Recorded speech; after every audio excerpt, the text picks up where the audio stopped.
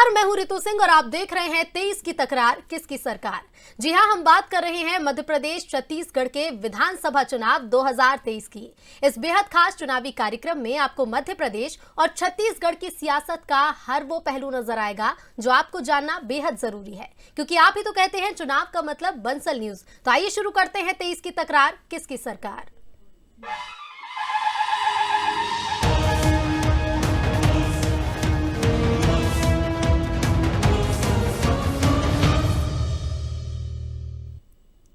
मध्य प्रदेश की चुनावी फिजा में सर्वे की चर्चाएं जोरों पर हैं। टिकटों के बंटवारे और समीकरणों को लेकर सर्वे को ही सर्वोसर्वा माना जा रहा है, लेकिन सीएम शिवराज के एक बयान ने सियासत की फिजा बदल दी। इस रिपोर्ट में देखिए।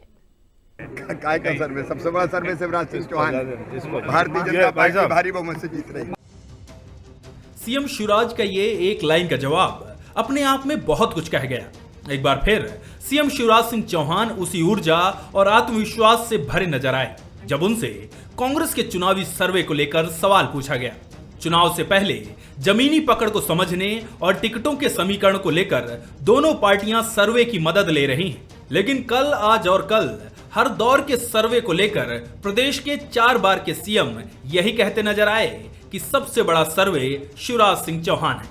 क्या कहेंगे सर्वे को लेकर? मध्य प्रदेश विधानसभा चुनाव, उसके पहले सर्वे रिपोर्टें जो आ रही हैं। काय का सर्वे, सबसे बड़ा सर्वे शिवराज सिंह चौहान भारतीय जनता पार्टी भारी बहुमत से जीत रही। काय का सर्वे, सबसे बड़ा सर्वे शिवराज सिंह चौहान भारतीय जनता पार्टी भारी बहुमत से जीत रही। चाहे राहुल गांधी का 150 सीटों पर जीतने का दावा हो या फिर कोई और मौका, हर बार सीएम अब की बार 200 पार का नारा दोहराते नजर आए। बालाघाट से चुनावी कैंपेन लॉन्च करने के दौरान भी जब अमित शाह नहीं पहुंच पाए थे, तब भी सीएम ने चुनावी शंखनाद के साथ रिचार्ज किया था। लेकिन सर्वे को लेकर सिर्फ सीएम ही आश्वस्त नहीं है। पीसीसी चीफ और पूर्व सीएम कमलनाथ को लेकर दिग्विजय सिंह भी यही कहते नजर आए थे कि कांग्रेस में कमलनाथ का सर्वे ही सर्वे सर्वा है। तो हमने तो कह दिया कि हमारे कमलनाथ जी सर्वे सर्वा, उनका जो सर्वे है वो पत्थर की लकीर है भैया, उसी के हिसाब से टिकट मिलेगा। किसी और के पास जाने की जरूरत नहीं, हमारे कोई बस का काम नहीं है, सर्वे से ही सारा काम होगा। यकीनन 2023 चुनाव में सर्वे ही सबसे बड़ा बेस होगा, जिसके आधार पर बीजेपी और कांग्रेस कई बड़े फैसले लेने वाली है। लेकिन नेताओं की बयानबाजी बता रही है कि उनकी सियासी पारी हवा के बदलते रुख को पढ़कर बदलने का मादा भी रखती है। महाराष्ट्र की सियासी उठापटक के बीच मध्य प्रदेश के सीएम शिवराज सिंह चौहान का बड़ा बयान सामने आया है। उन्होंने कहा कि महाराष्ट्र में अब विपक्ष खत्म है, शिवसेना भी गई, एनसीपी भी गई। महागठबंधन को लेकर सीएम शिवराज ने कहा कि ये गठबंधन नहीं, ठग बंधन है। तो वहीं पूर्व मंत्री सज्जन सिंह वर्मा ने कहा कि बिल्ली के भाग्य से छीका टूट गया है, बाकी कुछ नहीं है। विपक्षी एकता पर एनसीपी टूट का कोई असर नहीं पड़ेगा। महाराष्ट्र में कल बड़ी राजनीतिक उठापटक हुई। एनसीपी नेता अजित पवार शिंदे सरकार में शामिल हुए और उन्हें उप मुख्यमंत्री बनाया गया है, जिस पर देश के दूसरे राज्यों से भी राजनीतिक प्रतिक्रियाएं आ रही हैं। अब अपोजिशन लगभग महाराष्ट्र में खत्म है। शिवसेना भी गई, एनसीपी भी गई, देश तो मोदी जी के पीछे खड़ा है। देखिए, ये जो गठबंधन है, ये गठबंधन नहीं, ठग बंधन है। अलग अलग भ्रष्टाचार करने वाले, बेईमानी करने वाले, समान स्वार्थों के कारण के मारे ना जाएं, पकड़े ना जाएं, इकट्ठे हो रहे हैं।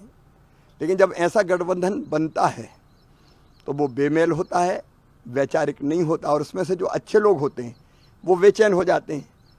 और ऐसे गठबंधन को देख के कई लोग ऐसे हैं जो राष्ट्रीय हित में फिर फैसला करते हैं।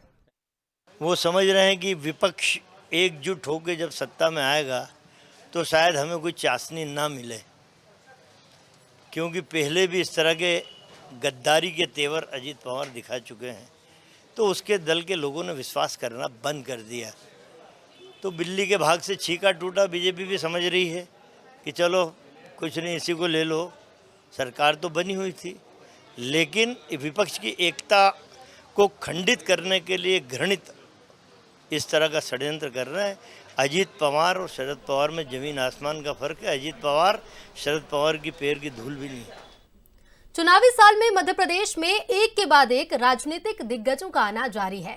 जबलपुर के बाद अब 22 जुलाई को कांग्रेस की राष्ट्रीय महासचिव प्रियंका गांधी ग्वालियर पहुंच रही हैं। प्रियंका गांधी मेला ग्राउंड में एक आम सभा को संबोधित करेंगी। प्रदेश कांग्रेस प्रियंका का रोड शो कराने की भी तैयारियां कर रही है। प्रियंका का ये दौरा इस वजह से भी अहम माना जा रहा है क्योंकि ग्वालियर को ज्योतिरादित्य सिंधिया का गढ़ कहा जाता है और सिंधिया के कांग्रेस छोड़ने के बाद ये पहला मौका है जब गांधी परिवार का कोई सदस्य ग्वालियर चंबल में एक बड़ी सभा करेगा। हालांकि इस मुद्दे पर कांग्रेस नेता और पूर्व मंत्री कमलेश्वर पटेल ने बीजेपी पर निशाना साधा है। उन्होंने कहा है कि सिंधिया का अब कोई गढ़ नहीं बचा है। जनता आपको ऊपर उठाती है और जनता ही गिरा भी देती है। गांधी जी ने जब जबलपुर में शंखनाद किया था तभी ये तय हो गया था कि वो संभाग स्तर पर सभी जगह जाएंगे और उनने सबसे पहले ग्वालियर चुना है। हम उनका स्वागत करते हैं कि ग्वालियर में वो उनका आगमन हो रहा है 22 जुलाई को और 22 जुलाई की तैयारी के लिए कल हमने बैठक बुलाई है। संभाग भर के लोग आ रहे हैं, संभाग के सभी जिले के अध्यक्ष आ रहे हैं। सभी किसी का कोई गढ़ नहीं होता है। जनता जनप्रतिनिधि को ऊपर उठाती है और जनता ही नीचे बिठा देती है। अब सिंधिया जी का समय खत्म हो चुका है।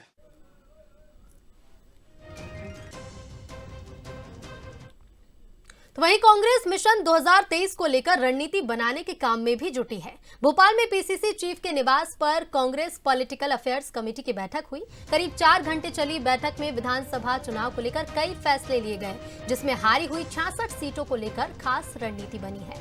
बैठक में कमलनाथ दिग्विजय सिंह के साथ कांग्रेस महासचिव केसी वेणुगोपाल और चुनावी रणनीतिकार सुनील कानूगोलू भी शामिल रहे। बैठक से निकले कांतिलाल भूरिया ने 150 सीटों के साथ सरकार बनाने का दावा किया। भूरिया ने कहा कि चुनाव को देखते हुए सबको जिम्मेदारियां दी गई हैं। बीजेपी विधायकों के खिलाफ मजबूत प्रत्याशी तैयार किए जा रहे हैं। करेंगे सेक्टर वाइज, बूथ वाइज और सब कमेटियां जो बनी है तो उनको कैसे मीटिंग करना है, क्या करना है, सबको जवाबदारी बांट रहे हैं, प्रभारी बनाती है। सब जगह जाके सारी चीजें वो खुद देखेंगे। अब एमएलए है और बाकी जो भाजपा के जो एमएलए है उसी जगह हम लोग अच्छे आदमी को तैनात कर रहे हैं ताकि वो उसको हरा के आए। कांग्रेस 150 लाएगी। और फिलहाल रुकेंगे एक छोटे से ब्रेक के लिए। आगे देखिए छत्तीसगढ़ से जुड़ी बड़ी पॉलिटिकल खबरें और फ्लैशबैक में मुलाकात करिए बीजेपी प्रदेश अध्यक्ष वीडी शर्मा से। छत्तीसगढ़ का चुनावी बाजार रेवड़ियों से गुलजार हो रहा है। कांग्रेस ने सस्ते गैस सिलेंडर के संकेत दिए हैं तो छत्तीसगढ़ में अपनी जमीन तलाश रही आम आदमी पार्टी भी फ्री रेवड़ियां देने का ऐलान कर चुकी है। इस रिपोर्ट में देखिए सीधे 500 रुपया ये है कि राजस्थान में उन्होंने दिया है। अब कुछ तो घोषणा के लिए रखना पड़ेगा। सब काम अभी कर रहे हैं तो घोषणा के लिए क्या, तभी हमारे जो घोषणा समिति बनेगी उसमें सब चीज आएगा तो देखिएगा क्या क्या होता है। छत्तीसगढ़ में चुनाव करीब आते ही वादों और घोषणाओं का पिटारा खुलने लगा है। राजस्थान और हिमाचल की तरह ही कांग्रेस छत्तीसगढ़ में भी 500 रुपए में सिलेंडर देने का वादा घोषणा पत्र में शामिल कर सकती है। इससे पहले कांग्रेस 20 क्विंटल प्रति एकड़ धान खरीदी का वादा कर चुकी है और आने वाले समय में धान खरीदी की राशि को 3000 रुपए तक बढ़ा सकती है। तो दूसरी ओर बीजेपी भी धान खरीदी के मुद्दे पर कांग्रेस से ज्यादा एमएसपी की घोषणा करने की तैयारी में है। साथ ही केंद्र की योजनाओं का दम भरते हुए कांग्रेस पर निशाना साध रही है। देखिए, लगातार अभी पहले जन घोषणा पत्र के वादे इस सरकार ने पूरे नहीं किए हैं। अब ये सरकार लगातार फिर से छत्तीसगढ़ की जनता को धोखा देने, ठगने की योजना पर काम करेगी। लेकिन छत्तीसगढ़ की जनता आज इनके झूठे वादे और ठगने की नीति को समझ चुकी है। जिस प्रकार से 4.5 साल में इन्होंने छत्तीसगढ़ की दुर्दशा की है। ऐसा नहीं है कि सिर्फ बीजेपी और कांग्रेस वादों का पिटारा लेकर आई है। आम आदमी पार्टी के सुप्रीमो अरविंद केजरीवाल ने भी बिलासपुर में चुनावी कैंपेन लॉन्च किया और फ्री की रेवड़ी देने के वादे किए। आज मैं छत्तीसगढ़ के लोगों से पूछना चाहता हूं, आपको पहली फ्री की रेवड़ी, फ्री बिजली चाहिए कि नहीं चाहिए? हाथ खड़े करके, पीछे वाले भी हाथ खड़े करके बताना। आपको दूसरी फ्री की रेवड़ी, फ्री शिक्षा चाहिए कि नहीं चाहिए? आपको तीसरी फ्री की रेवड़ी, अच्छा इलाज चाहिए कि नहीं चाहिए? आपको चौथी फ्री की रेवड़ी रोजगार चाहिए कि नहीं चाहिए? आपको फ्री की तीर्थ यात्रा चाहिए कि नहीं चाहिए? आपको महिलाओं का सफर फ्री चाहिए कि नहीं चाहिए? केजरीवाल ने चुनावी वादे किए तो सीएम भूपेश बघेल ने उन पर तंज कसते हुए कहा कि उन्हें छत्तीसगढ़ के बारे में कोई जानकारी नहीं है। छत्तीसगढ़ में जो हम लोगों ने काम किया है, स्वामी आत्मानंद अंग्रेजी स्कूल यहाँ है, 8 बाजार क्लिनिक योजना यहाँ है, मेडिकल मोबाइल यूनिट श्रम क्षेत्र में है, इलाज भी सबके मुफ्त हो रहे हैं, बिजली बिल हाफ योजना का भी लाभ यहाँ मिल रहा है। 2023 के चुनावी रण में हर पार्टी चुनावी घोषणाओं में कमी नहीं छोड़ना चाहती। फ्री की रेवड़ियों पर जनता कितना भरोसा करेगी ये तो वक्त आने पर पता चलेगा, लेकिन चुनाव से पहले दावे और वादे सियासी सरगर्मी जरूर बढ़ाएंगे। कुलेश्वर पांडे, बंसल न्यूज, रायपुर। छत्तीसगढ़ में लगातार बीजेपी के दिग्गजों के दौरे हो रहे हैं। अमित शाह और जेपी नड्डा के बाद अब खुद प्रधानमंत्री नरेंद्र मोदी छत्तीसगढ़ आ रहे हैं। 7 जुलाई का दौरा होना, लेकिन इसके पहले सियासत में उबाल आ गया है। कांग्रेस दौरों को लेकर बीजेपी पर निशाना साध रही है, तो बीजेपी भी पलटवार करने में देर नहीं कर रही। प्रधानमंत्री नरेंद्र मोदी 7 जुलाई को छत्तीसगढ़ में बीजेपी के चुनावी अभियान का शंखनाद करेंगे। दौरे को लेकर तैयारियां दोनों तरफ से हैं। बीजेपी जहां उत्साहित है तो कांग्रेस दौरे को लेकर आक्रामक मुद्रा में नजर आ रही है। प्रधानमंत्री मोदी के दौरे से पहले छत्तीसगढ़ में नेताओं के बीच जुबानी जंग तेज होती जा रही है। छत्तीसगढ़ विधानसभा चुनाव को लेकर बीजेपी की सक्रियता पर मंत्री कवासी लखमा ने तंज कसा है। लखमा ने कहा कि पीएम मोदी बीजेपी को हराने आ रहे हैं। सीएम भूपेश के सामने कोई नहीं टिक पाएगा, ये चुनाव वाले प्रधानमंत्री हैं। तो वहीं उन्होंने ये भी कहा कि भगवान भी बीजेपी के साथ नहीं है। बीजेपी के मंत्री आते हैं तो सिर्फ धर्मांतरण की बात करते हैं। चुनाव के माहौल में आकर ये प्रधानमंत्री ये चुनाव वाला प्रधानमंत्री है, देश का विकास का प्रधानमंत्री नहीं है, इसको छीद हो रहा है। और सारे मंत्री आ रहे हैं, सारे मंत्री आके इनका प्रमुख झंडा टीवी में चलता है कि 9 साल भारतीय जनता पार्टी नरेंद्र मोदी जो काम किया है उसको बताएंगे। राजनाथ सिंह आया, इतना बड़ा सियान आदमी, खाली सिर्फ धर्मांतरण, यही है। नरेंद्र मोदी 9 साल धर्मांतरण नहीं किया है क्या? नड्डा जी अपना प्रदेश को नहीं बचा पाया। कर्नाटक में चुनाव जीते हम लोग और हिमाचल प्रदेश में चुनाव जीते, इसलिए आने वाला समय में दक्षिण भी हमारा, उत्तर भी हमारा। वहाँ बजरंगबली को बोले, चाहे बजरंगबली बोलो, पुल साहब को वोट डालो। भारतीय जनता पार्टी को बजरंगबली लात मारी है। अभी भगवान भी उनके साथ नहीं है, बजरंगबली भी नहीं है, फिर आदमी कहां से रहे? कवासी लखमा के बयान पर बीजेपी प्रदेश अध्यक्ष अरुण साव ने पलटवार किया है। अरुण साव ने कहा कि कांग्रेस पार्टी घबराई हुई है और डरी हुई है, अनाप शनाप बोलने पर मजबूर है।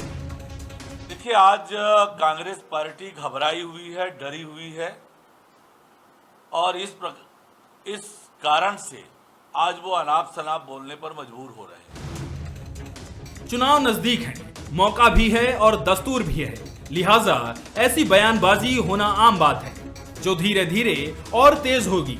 बस फर्क सिर्फ इतना होगा कि कभी निशाने पर बीजेपी होगी तो कभी कांग्रेस। कुलेश्वर पांडे, बंसल न्यूज, रायपुर। अब जाते जाते आपको लिए चलते हैं फ्लैशबैक में। जी हां, बात 2020 के उपचुनाव की करेंगे, जैसे बीजेपी ने वीडी शर्मा के नेतृत्व में लड़ा था। इस दौरान बीजेपी प्रदेश अध्यक्ष वीडी शर्मा ने बंसल न्यूज के कार्यक्रम खास मुलाकात में शिरकत की थी। चर्चा में चुनाव और राजनीति से जुड़े सवालों के जवाब दिए, साथ ही ये भी बताया कि कैसे बीजेपी में नाराजगी दूर करने का काम किया जाता है। जब 2019 के बाद कांग्रेस का एक बड़ा धड़ा आपके पास आया, तो जाहिर तौर पर भारतीय जनता पार्टी का अनुशासन इतना मजबूत है कि कितने भी नाराज़ फूफा हों, चाचा हों, ताऊ हों, उनके मुंह जरूर फूल जाते हैं, लेकिन वो बोलते कुछ नहीं है। उधर के भी जो अब आपके ही प्रिय हैं, दूध में शक्कर की तरह, जैसा आप लोग कहते हैं कि घुल मिल गए हैं, खूब घुल मिल गए हैं, लेकिन फिर भी एक परिवार में राजी नाराज़ी होती रहती है।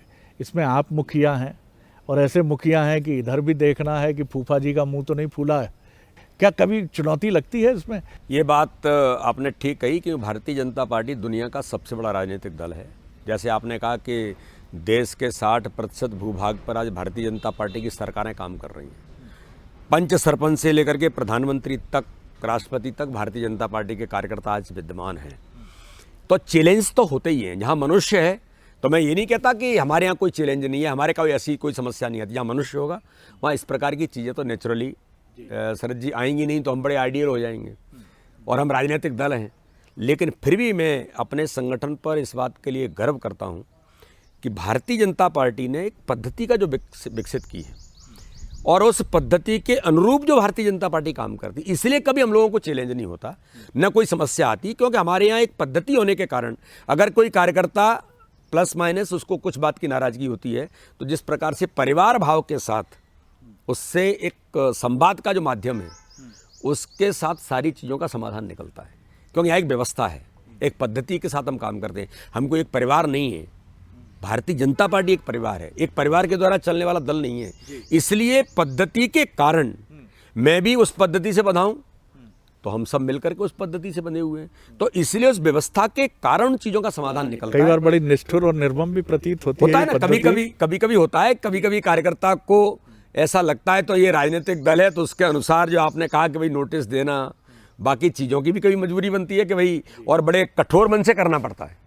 ऐसा नहीं होता है कि जो कार्यकर्ता अगर हमारे साथ कई सालों से काम कर रहा है और कुछ ऐसी चीज़ें होती हैं, लेकिन मैं ऐसा मानता हूं कि भारतीय जनता पार्टी में करेक्ट करने का, माना कि मैं कुछ ऐसी चीज़ करता हूं जो मेरे व्यवहार के अनुरूप ठीक नहीं है।